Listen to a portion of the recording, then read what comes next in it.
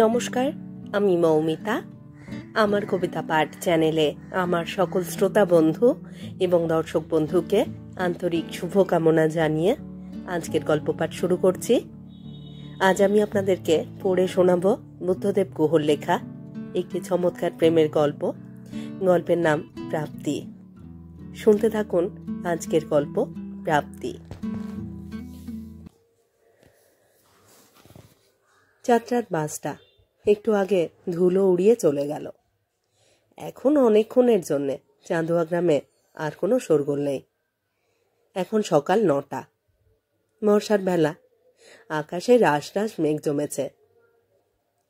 পাশের বাড়ির রামনাথ সিং এর বাড়ির কুয়োটায় লাটা খাম্মা উঠছে নামছে, তার কেঁচোর কোচোর শব্দ শোনা যাচ্ছে।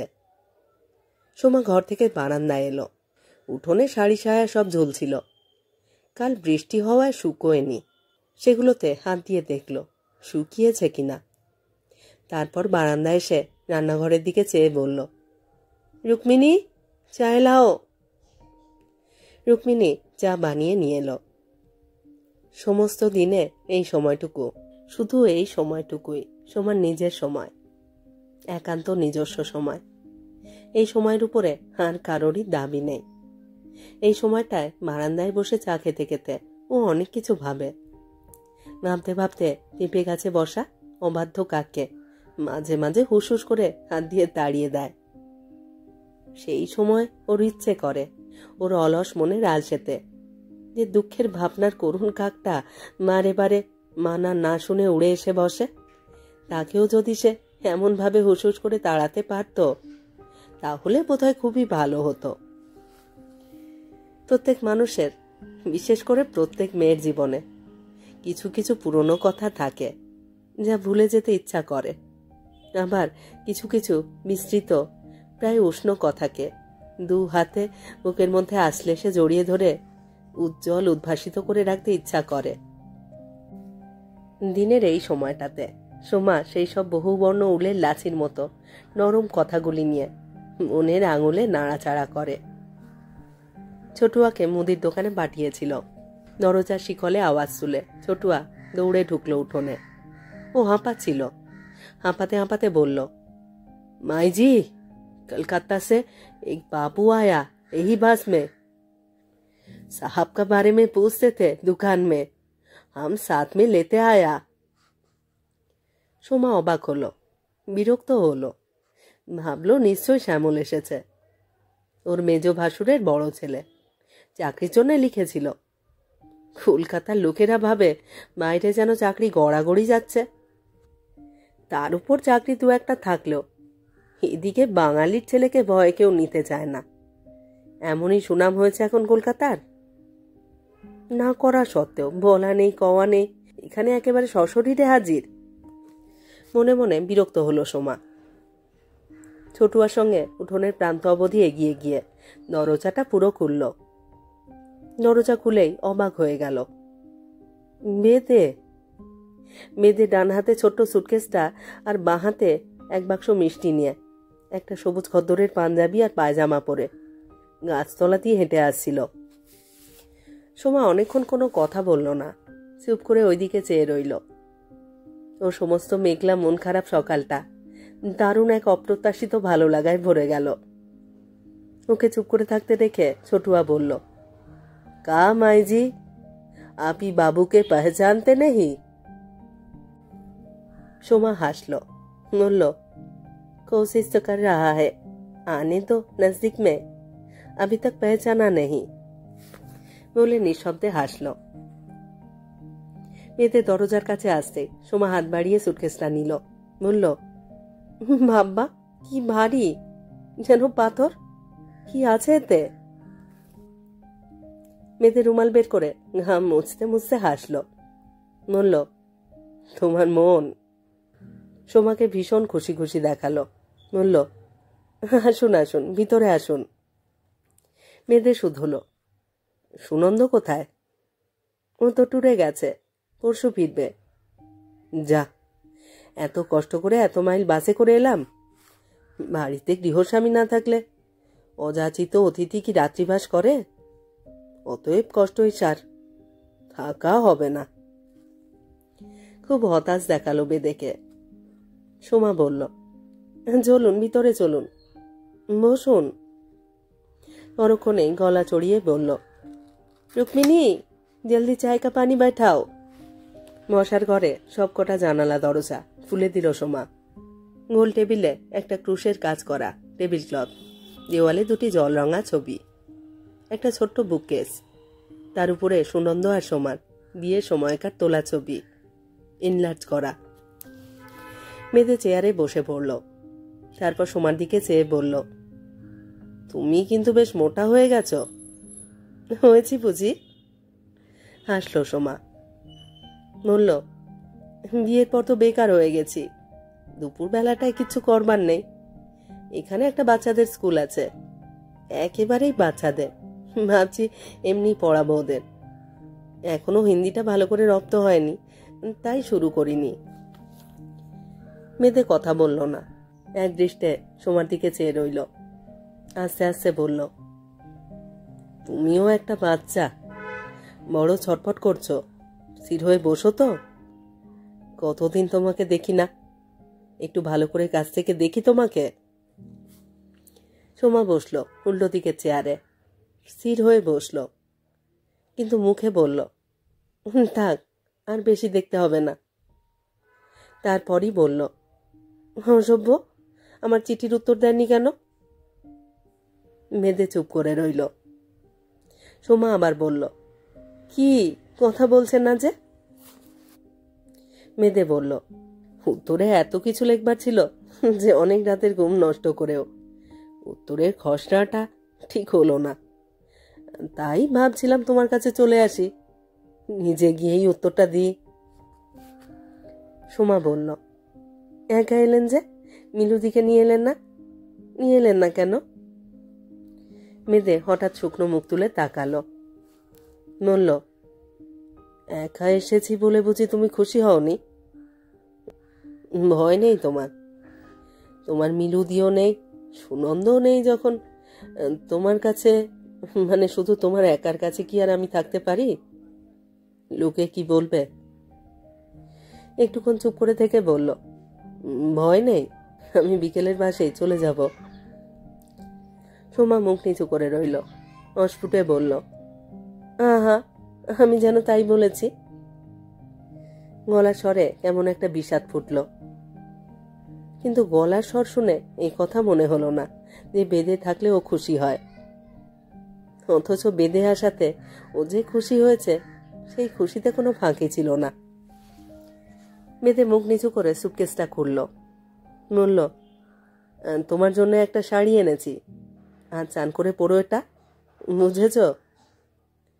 গতকাল তোমার জন্মদিন ছিল, তাই না? গতকালই আমি আসতে চেয়েছিলাম, কিন্তু রাঁচির কাজটা কিছুতেই শেষ হলো না। সোমা মুখ নিচু করে শাড়িটা নিল, চাপা গলায় বলল, কেন আনলেন? মেয়েতে অনেকক্ষণ ওর চোখের দিকে চেয়ে থাকল, বলল, কেন? তুমি জানো না? না। হ্যাঁ, তুমি জানো, তুমি সবই জানো, তবু বারে বারে নতুন করে পুরনো কথাটা শুনতে ভালো লাগে। ভালো লাগে বুঝি? সোমা লজ্জা পেল, বলল, মোটেই না। তারপর একটু চুপ করে থেকে বেঁধে বলল, জানো সোমা, মাঝে মাঝে আমার ভারী অবাক লাগে, যা সত্যি কেন তা স্বীকার করনি তুমি কোনোদিন। স্বীকার করলে কি তুমি আমার কাছে ছোট হয়ে যেতে? সোমা মুখ নিচু করে বসে রইল। মেদে খোলা জানালা দিয়ে বাইরের মেঘলা আকাশ ও পাশে সবুজ শালবনে চেয়ে রইল। একটা শালিক পাখি জানালার কাছের সবুজ আগাছায় ভরা লাল মাটির ফালিটুকুতে সরে সরে বসতে লাগলো। ওইদিকে চেয়ে মেদে নিস্তব্ধ হয়ে বসে রইল। একসময় সোমা বলল, আমি আপনার চাটা নিয়ে আসি, আপনি বসুন। বাইরে পাতায় পাতায় অলস হাওয়ার পায়ের শব্দ শোনা যেতে লাগলো। মেদে বলল, না, আমি তো একটু পরেই চলে যাব। আমি যতক্ষণ থাকবো তুমি আমার সামনে বসে থাকবে, এক মুহূর্তের জন্যেও আমার চোখের সামনে থেকে সরবে না, আমি কি এত দূরে তোমার বাড়িতে চা খাবার জন্য এসেছি? না, অনুরোধের গলায় সোমা বলল। আপনি এরকম করবেন না বেদেদা, আমি এক্ষুনি আসছি। আমারও তো ইচ্ছে করে আমি আপনার জন্য একটু কিছু করি। মেদে জবাবে কিছু বলল না। সোমা উঠে রান্নাঘরে চলে গেল। যেতে যেতে একবার পিছন ফিরে মেয়েদের দিকে তাকালো। দুপুরবেলা অনেক পথ দিয়ে অনেক যত্ন করে সামনে বসে পাখার হাওয়া করে সোমা বেদেকে খাইয়েছিল। খাওয়া দাওয়ার পর ওরা বসবার ঘরে গল্প করছিল। সোমা চান করে উঠে বেদে যে শাড়িটা এনেছিল সেটা পরেছিল, একটা জরিপাড়ের বাসন্তী রঙা টাঙ্গাইল। মেদে বলল, এরকম গিন্নিদের মতো শাড়ি পরে তোমাকে কিন্তু দারুণ দেখাচ্ছে। মাথায় জল জলে সিঁথি, সিঁদুরের টিপ, ভাবা যায় না। ইচ্ছে করে সারা জীবন সমস্ত কাজকর্ম ফেলে রেখে তোমার দিকেই শুধু চেয়ে বসে থাকি। সোমা হেসে ফেলল, বলল, যাক, আর বেশি বেশি বলতে হবে না। মাঝে মাঝে বাড়িতে এরকম মা পিসিদের মতো পড়ি। আয়নার সামনে দাঁড়ালে মনে হয় আমি নই, অন্য কেউ। তারপর অনেকক্ষণ চুপচাপ দুজনে দুজনের ভাবনা নিয়ে চুপচাপ বসে রইল। সোমা বলল, আপনি এই ঘরেই শোবেন কেমন? মেদে হাসল, বলল, তা জানি। তোমার ঘরে যে জন্মে কোনোদিনও শুতে পারবো না, এই কথাটা বারবার মনে করিয়ে দাও কেন? অসভ্য, আপনি ভীষণ অসভ্য। সোমা তারপর বলল, রাতে কি খাবেন বলুন? আমি সত্যি চলে যাব সোমা। সত্যি থাকবেন না? তারপর সোমা খুব জোর দিয়ে বলল, কেন? সোমার গলা এবার বিষণ্ণ শোনালো। তাছাড়া সুনন্দ যে নেই। মেদে বলল, এমনি, কোনো কারণ নেই, কোনো কারণ নেই। রাঁচির বাসের খোঁজ করতে ছোটুয়াকে সোমা পাঠিয়েছিল। ছোটুয়া এসে বলল, ডালটনগঞ্জ থেকে লাতিহার হয়ে 6:30টায় বাস এখানে আসবে। 10 মিনিট পর এখান থেকে রাঁচি রওনা হয়ে যাবে। এই কথা সে কথার পরে মেদে হঠাৎ বলল, আজকের আবহাওয়াটা দারুণ না? সোমা উৎসাহের গলায় বলল, চলুন না, বেড়াতে যাবেন? কতদিন আমরা একসঙ্গে বেড়াই না। না? কোথায়? এই তো সামনের মহুয়া সিঁড়ির টাঁড়ে। মেদে বলল, বেশ, চলো। সোমা রুক্মিণী আর ছোটুয়াকে বাড়িতে থাকতে বলল। বিকালে চায়ের সঙ্গে কি কি খাওয়াবে বেদেকে তার আলোচনা হলো ওদের সঙ্গে ফিসফিস করে। তারপর একটা ছাতা নিয়ে সোমা বলল, চলুন। এ কি, তুমি খালি পায়ে যাবে? মেদে বলল, হ্যাঁ, এই বৃষ্টি ভেজা শক্ত লাল মাটিতে খালি পায়ে হাঁটতে আমার দারুণ লাগে। একটা দারুণ গন্ধ বেরোয় গাছপালা মাটি থেকে, না? মেদে জবাব দিল না, মাথা নাড়ল। চলো বলে বেদে দরজা দিয়ে বাইরে বেরোলো। পেছনে পেছনে সোমা। সোমা বলল, বেদেদা আসুন, এদিক দিয়ে। ওরা রাস্তা ছেড়ে ছোট ছোট শালের চারা গাছের কচি কলাপাতা রঙা সবুজ জঙ্গলে ঢুকে পড়ল। আকাশে মেঘ, একটা ভিজে হাওয়ায় মাটি থেকে গাছ থেকে সোদা সোদা গন্ধ উঠছে। দূরের গভীর বন থেকে কি একটা ফুলের তীব্র গন্ধ ভেসে আসছে। কাছেই কোন ঝোপ থেকে কালী তিতির ডাকছে, টিউটিয়া টিউটিয়া টিউটিয়া। দেখতে দেখতে হাওয়াটা হঠাৎ বৃষ্টিতে রূপান্তরিত হয়ে গেল। ফিসফিস করে বৃষ্টি হতে লাগলো। পাতায় পাতায় জল পড়ার শব্দ হতে লাগলো। কিন্তু শব্দবিন্দুদের কোনো পৃথক সত্তা রইল না। হাওয়ার শব্দ, জলের শব্দ, পাতার শব্দ, পাখির শব্দ, সব শব্দই একাকার হয়ে গেল। সেই ভেজা নরম উজ্জ্বল আকাশ এক ফিসফিসে শান্ত পরিপূর্ণতায় ওদের দুজনের মন ভরে তুলল, ভারী করে তুলল। সোমা বলল, হেই, ভিজে যাচ্ছি আমি, ছাতা খুলুন। ছাতাটা খুলে বেঁধে বাঁ হাত দিয়ে ধরল। সোমাকে বলল, আমার দিকে সরে এসো, ভিজে যাচ্ছ, তবুও আমার কাছে আসবে না? আমি কি বৃষ্টির চেয়েও খারাপ? সোমা হঠাৎ মেয়েদের একেবারে গায়ের সঙ্গে লেপটে এলো। সোমার বাঁ হাতের পাতা ওর ডান হাতের পাতার মধ্যে মুঠি করে ধরল। সোমা মুখটা নুইয়ে একেবারে মেয়েদের বুকের কাছে নিল। তারপর আবার মাথা উঁচু করে হাতে হাত রেখে গায়ে গায়ে মিশে ওরা হাঁটতে লাগলো। একটা মাছরাঙা পাখি, নীল সাদা লাল ও বেগনেতে মেশা, উড়ে এসে সামনের একটা চারা গাছে বসল।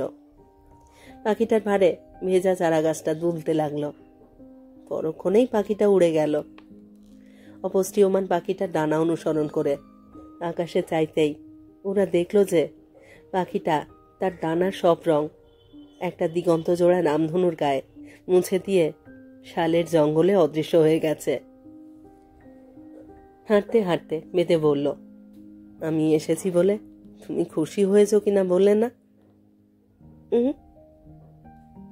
কথা বলবে না? কথা বলতে ভালো লাগছে না। তারপর একটু চুপ করে থেকে সোমা বলল, মেতেদা, আপনি সবসময় খুব কষ্ট পান না? মেতে হাসবার চেষ্টা করলো, বলল, শুধুই কষ্ট পেয়েছি ও পাই এই কথা বলে মিথ্যা কথা বলা হবে। আনন্দ পেয়েছি অনেক, এই উজ্জ্বল বিকেলের মতো, তোমার হাতের নরম উষ্ণতার মতো। এসব আনন্দ তো চেয়ে পাওয়া যায় না। কখনো কখনো কোনো সুগন্ধি সুক্ষণে এমন আনন্দ হঠাৎ হঠাৎ এসে আমাদের সস্তা কামনা সস্তা চাওয়াকে এক দারুণ দুর্লভ দম্ভে ভরে দিয়ে যায়। জানো সোমা, আমার কেবলই মনে হয় যে ভালোবাসা দাম্ভিক নয়, যে ভালোবাসা সহজেই পাওয়া যায় তা বোধ হয় যে কেউই পেতে পারে, তাতে কোনো গর্ব নেই। সোমা অনেকক্ষণ কোনো কথা বলল না। অনেকক্ষণ পরে সোমা বলল, মেদেদা, আপনাকে একটা কথা বলবো বলবো করেও বলতে পারিনি কোনোদিন। তাছাড়া আমি গুছিয়ে কথা বলতেও পারি না। মেদে বলল, বলো, কি বলবে? অগোছালো করেই বলো, আমি গুছিয়ে নেব। সোমা অনেকক্ষণ চুপ করে থাকলো। মেদে বলল, কি হলো সোমা, বললে না? সোমা বলল, মেদেদা, আমি সুনন্দকে যা দিয়েছি, প্রত্যেক স্ত্রী তাদের স্বামীকে যা দেয়, তার সঙ্গে আপনাকে আমি যা দিয়েছি তার কিন্তু কোনো তুলনা চলে না, কোনো তুলনা হয় না। আপনাকে আমি এই জীবনে যা দিয়েছি আপনি বিশ্বাস করবেন কিনা জানি না, তা কেবল আপনাকে দিয়েই ফুরিয়ে গেছে। এ এমন কোনো দান যা বারবার বা বিভিন্ন লোককে দেওয়া যায় না, তা কেবল একজনকেই একবারই দেওয়া যায়। এই কথাটা যদি আপনি কোনোদিন বোঝেন বা বুঝে থাকেন, তাহলে আমার নিজেকে খুব হালকা লাগতো। মেতে চুপ করে রইল। সোমা বলল, গভীর রাতে কখনো সখনো ঘুম ভেঙে যায়। বিছানায় শুয়ে অথবা জানালায় দাঁড়িয়ে বাইরের অসংখ্য তারাভরা আকাশে চেয়ে ভাববার চেষ্টা করি, আপনি তখন কলকাতায় কি করছেন। আমার তখন খুব কষ্ট হয় আপনার জন্যে। আমার মনে হয় আপনি বোধহয় অমনি জানালার পাশে দাঁড়িয়ে দাঁড়িয়ে সিগারেট খাচ্ছেন। আমার ভারী কষ্ট হয় বেদেদা, আমার ভারী কষ্ট হয় এই ভেবে যে জীবনে আপনাকে আমি দেওয়ার মতো জাগতিক কিছুই দিতে পারলাম না। তাই বলছিলাম, যা দিতে পারতাম তা দিইনি বলে দিইনি কিছুই এমন নয়, কিন্তু শুধু ভয় হয় যা দিয়েছি তার দাম বুঝতে বুঝিবা ভুল করলেন। মেয়েদে সোমার হাতে নরম করে একটু চাপ দিল, কোনো কথা বলল না। মাছরাঙা পাখিটা রামধনুর সমস্ত রং আমার নিজের ডানায় শুষে নিয়ে ওদের সামনে ভেজা হাওয়ায় গ্লাইডারের মতো ভেসে বেড়াতে লাগলো। সোমা বলল, হ্যাঁ চলুন, ফিরবেন না? চলো, মেধে বলল। ওরা দুজনে ছাতা মাথায় সুনন্দর কোয়ার্টারের দিকে ফিরে আসতে লাগলো। বড় রাস্তায় পড়ে সোমা বলল, মেধেদা, মনে আছে এমনই এক খোলা দুপুরে আপনার সঙ্গে কলকাতার কাছে গঙ্গার পাড়ে এক রাইস মিলে গিয়েছিলাম? অনেক দিন হয়ে গেল না? সঙ্গে আরো কে কে যেন ছিল, তাই না? হ্যাঁ, অনেকেই ছিল। রুনা, জয়িতা, রুদ্রর দাদা। খুব মজা হয়েছিল। যে দিনগুলো চলে গেছে, চলে যায়, সে দিনগুলোর কথা ভাবলে ভারী কষ্ট হয়। আশ্চর্য, একটি দুটি দিন কেমন মনের মধ্যে গেঁথে যায়, গেঁথে থাকে, তাই না? মেধে বলল, সেদিন বাড়ি ফিরে ডায়েরিতে আমি কি লিখেছিলাম আমার আজও পরিষ্কার মনে আছে। সোমা মুখ ঘুরিয়ে মেধের দিকে চোখ তুলে বলল, কি লিখেছিলেন বলুন না। মেধে ঠোঁটের কোণে অদ্ভুত এক হাসি ফুটে উঠল। বলল, কেন? তোমাকে তো তারপরে একটা চিঠি লিখেছিলাম, মনে পড়ে না? কিছুই মনে পড়ে না আর? কত চিঠি তো লিখেছিলেন। সেরকম সুন্দর সুন্দর চিঠি আমাকে আর কেউ কখনোই লিখবে না, আপনিও না। মেতে মুখ নিচু করে রইল। বলল, হয়তো চেষ্টা করলেও সেরকম চিঠি লিখতে আর পারবো না। কেন পারবেন না? কেন পারবো না? কেননা যাকে চিঠি লেখা সে আর আগের মতো নেই বলে। মোটেই না, আপনি তো সবই জানেন। জানি, বলল বেদে। তারপর বলল, চিঠি যে লেখে তার কৃতিত্বের চেয়ে অনেক বড় কৃতিত্ব যে চিঠি লিখিয়ে নেয় তার। আচ্ছা, আপনাকে যে পুরনো চিঠির প্যাকেটগুলো দিয়েছিলাম সেগুলো কি করলেন? পুড়িয়ে ফেলেছি, অনেকবার, বারবার রাত জেগে পড়ে, তারপরে পুড়িয়ে ফেলেছি। পুড়িয়ে ফেলেছেন কেন? সোমাকে খুব আনন্দিত মনে হলো, কিন্তু ভাব করল যেন খুব বিষণ্ণ হয়েছে। মেদে একবার মুখ ফিরিয়ে সোমার দিকে চাইল। মেয়েদের মুখ খুব গম্ভীর দেখালো। মেদে চুপ করে রইল। সোমা আবার বলল, এবারে আবদারের গলায় বলল, মা, কেন পুড়িয়ে ফেললেন কেন? মেদে বলল, এমনি, কোনো কারণ নেই। তারপর মুখ নিচু করে আস্তে আস্তে বলল, চিঠিতে মানুষ যেমন কাঙাল, যেমন অকৃত্রিম, যেমন শিশুর মতো অকপট, তেমন আর কিছুতেই নয়। যাকে লেখা তার কাছেই যখন অকপট চিঠিটা হঠাৎ একদিন মূল্যহীন হয়ে গেল, তখন যে লিখেছিল তার কাছে আর কি তাদের দাম থাকে বলো? থাকে কি কিছু? সোমা চুপ করে রইল। চায়ের সঙ্গে অনেক রকম খাবার করেছিল সোমা। সুন্দর ট্রেতে সাজিয়ে সুন্দর লেসের ম্যাটের উপরে দামি কাচের বাসনে সেসব খাবার সাজিয়ে দিয়েছিল। মেধে বলেছিল, চা ঢালো, কতদিন তোমার হাতের বানানো চা খাই না। মাঝে মাঝে তোমাদের পার্ক সার্কাসের বাড়ির খাবার ঘরটার কথা মনে পড়ে। তুমি পেয়ালায় আমার জন্য চা ঢালতে, দুধ মেশাতে, চিনি মেশাতে, আর আমি উল্টো দিকে চেয়ারে বসে অপলকে চেয়ে থাকতাম।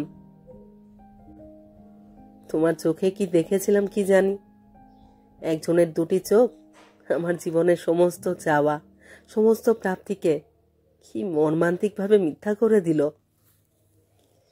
সোমা বলল, থাক না, ওসব কথা থাক, আর একটু খান, এই সিঙ্গাড়াটা খান প্লিজ, খুব ভালো করে, এখানকার টকনলালের দোকানের। এক সময় বাসের সময় হয়ে গেল। চটুয়ার হাতে সুটকেস দিয়ে সোমা বেদিকে বাসে তুলে দিতে এলো। বাসটা লাতেহার থেকে এসে দাঁড়িয়েছিল চাঁদুয়া টরির মোড়ে। রাঁচি পৌঁছতে বেশ রাত হয়ে যাবে। কন্ডাক্টর হাঁক ছাড়ল। চায়ের দোকানে বসে থাকা খাকি হাফ শার্ট আর পাজামা পরা ড্রাইভার পানটা মুখে পুরে পানের বোঁটা থেকে চুনটাতে শেষ কামড় দিয়ে বোঁটাটা ছুঁড়ে রাস্তায় ফেলে দিয়ে উঠে পড়ল। মেদে বলল, চলি চলি সোমা। সোমা মুখ নিচু করে রইল, তারপর মুখ ফিরিয়ে নিল। মেদে বলল, কাল তোমার জন্মদিনে একটা চিঠি লিখেছিলাম রাঁচির হোটেলের ঘরে বসে, তোমাকে দিতে ভুলে গিয়েছিলাম, নাও। সোমা অন্যদিকে মুখ ফিরিয়ে হাত বাড়িয়ে চিঠিটা নিল। মেদে গিয়ে বাসে উঠে জানালার পাশে সিটে বসল। ইঞ্জিন স্টার্ট করবার শব্দ হলো। ড্রাইভার কর্মর শব্দ করে গিয়ার দিল গাড়িতে। কন্ডাক্টর পিছনের দরজায় দাঁড়িয়ে প্রায় অন্ধকার পথের দিকে চেয়ে অদৃশ্য যাত্রীদের উদ্দেশ্যে সে শাঁখ ছাড়ল, আইয়ে আইয়ে কুরু মান্দার রাঁচি আইয়ে। সোমা হঠাৎ মুখ তুলল। মেদে সেই প্রায় অন্ধকারে সোমার চোখ দুটি ভালো করে দেখতে পেল না। বাসটা ছেড়ে দিল। তারপর বাসের লাল টেইল লাইটটা একসময় কুরুর জঙ্গলময় পাহাড়ি পথে হারিয়ে গেল। সোমা বাড়ি ফিরে অনেকক্ষণ ধরে গা ধুলো। গা ধুয়ে ঘরে এসে শাড়ি পরল। সিঁদুর টিঁদুর সেদিন আর পরতে ভালো লাগলো না। রুক্মিণী চা বানিয়ে নিয়ে এলো। সোমা বলল রেখে যেতে। ছোটুয়াকে ডেকে বলল ঘর থেকে লণ্ঠনটা নিয়ে যেতে। ও জানালার কাছে এসে দাঁড়ালো। বাইরে ছেঁড়া ছেঁড়া মেঘের ফাঁকে ফিকে চাঁদ সরে সরে যাচ্ছে। অনুপাখের থেকে ঝিঁঝি ডাকছে। মহুয়া সিঁড়ির টাঁড়ের উপরে একটা পেঁচা উড়ে উড়ে বড় অশ্বত্থ গাছটার চারপাশে ঘুরে ঘুরে ডাকছে। বাইরের সেই ভেজা রাতে চেয়ে একটা জানালায় দাঁড়িয়ে সোমা ভাবছিল, কেউ যা চেয়েছিল, যাকে তার দেওয়া হয়নি, তার কাঙাল মুখের কথা মনে করে ওর সমস্ত বুকটা, ওর সুখী নির্লিপ্ত মনটা ঝড়ের নিম গাছের মতো হঠাৎ এমন উথাল পাতাল করছে কেন? রামনাথ সিং এর বাড়ির কুয়োর লাঠা খাম্বার ওঠানামার ক্যাচকোচ শব্দের সঙ্গে ওর মন অন্ধকার রাতের ঝিঝি ঢাকা জোনাকি জলা টাঁড়ের দিকে ভেসে যেতে লাগলো। সেখানে মাছরাঙা পাখি পৃথিবীর সব রং নিয়ে গ্লাইডারের মতো ভেসে বেড়ায়, সারা দিন ভেসে বেড়ায়। মেয়েদের চিঠিটা ড্রেসিং টেবিলের ড্রয়ারের মধ্যে রেখেছিল। ছোটুয়াকে লণ্ঠনটা নিয়ে আসতে বলল সোমা। ছোটুয়া লণ্ঠনটা নিয়ে আসতেই সোমা বলল, না, ওটা নিয়েই যা। ছোটুয়া চলে গেলে অন্ধকার ঘরে ওই খাটের উপর উপুড় হয়ে মেয়েদের চিঠিটা বুকে করে চুপ করে শুয়ে রইল সোমা। সোমা ঠিক করল ওই চিঠিটা ও কোনো দিনও খুলবে না। ওর আতরদানির মধ্যে এই খামটা রেখে দেবে ততদিন যতদিন বেদের সঙ্গে ওর আবার দেখা না হয়। অন্ধকারে শুয়ে শুয়ে সোমা ভাবল, তেমন তেমন চিঠি কখনোই খুলতে নেই। বন্ধ চিঠি যা বয়ে আনে, যা সঞ্চিত রাখে, খোলা চিঠি বুঝি তার কণা মাত্র কেউ ধরে রাখতে পারে না।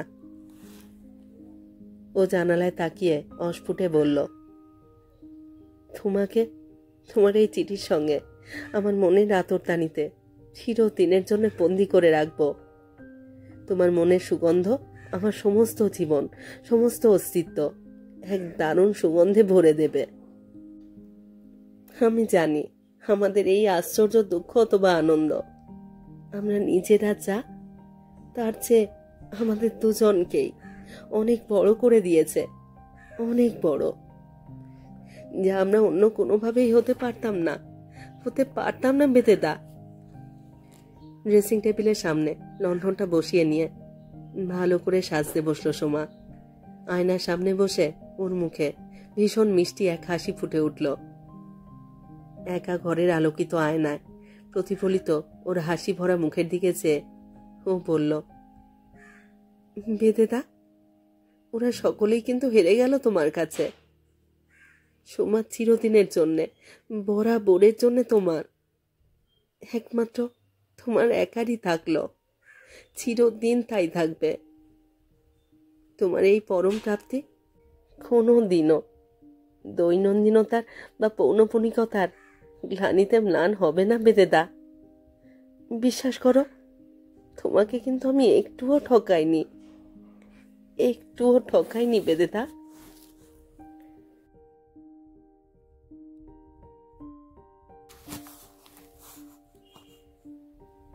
শেষ হলো আজকের গল্প, বুদ্ধদেব গুহর লেখা গল্প প্রাপ্তি।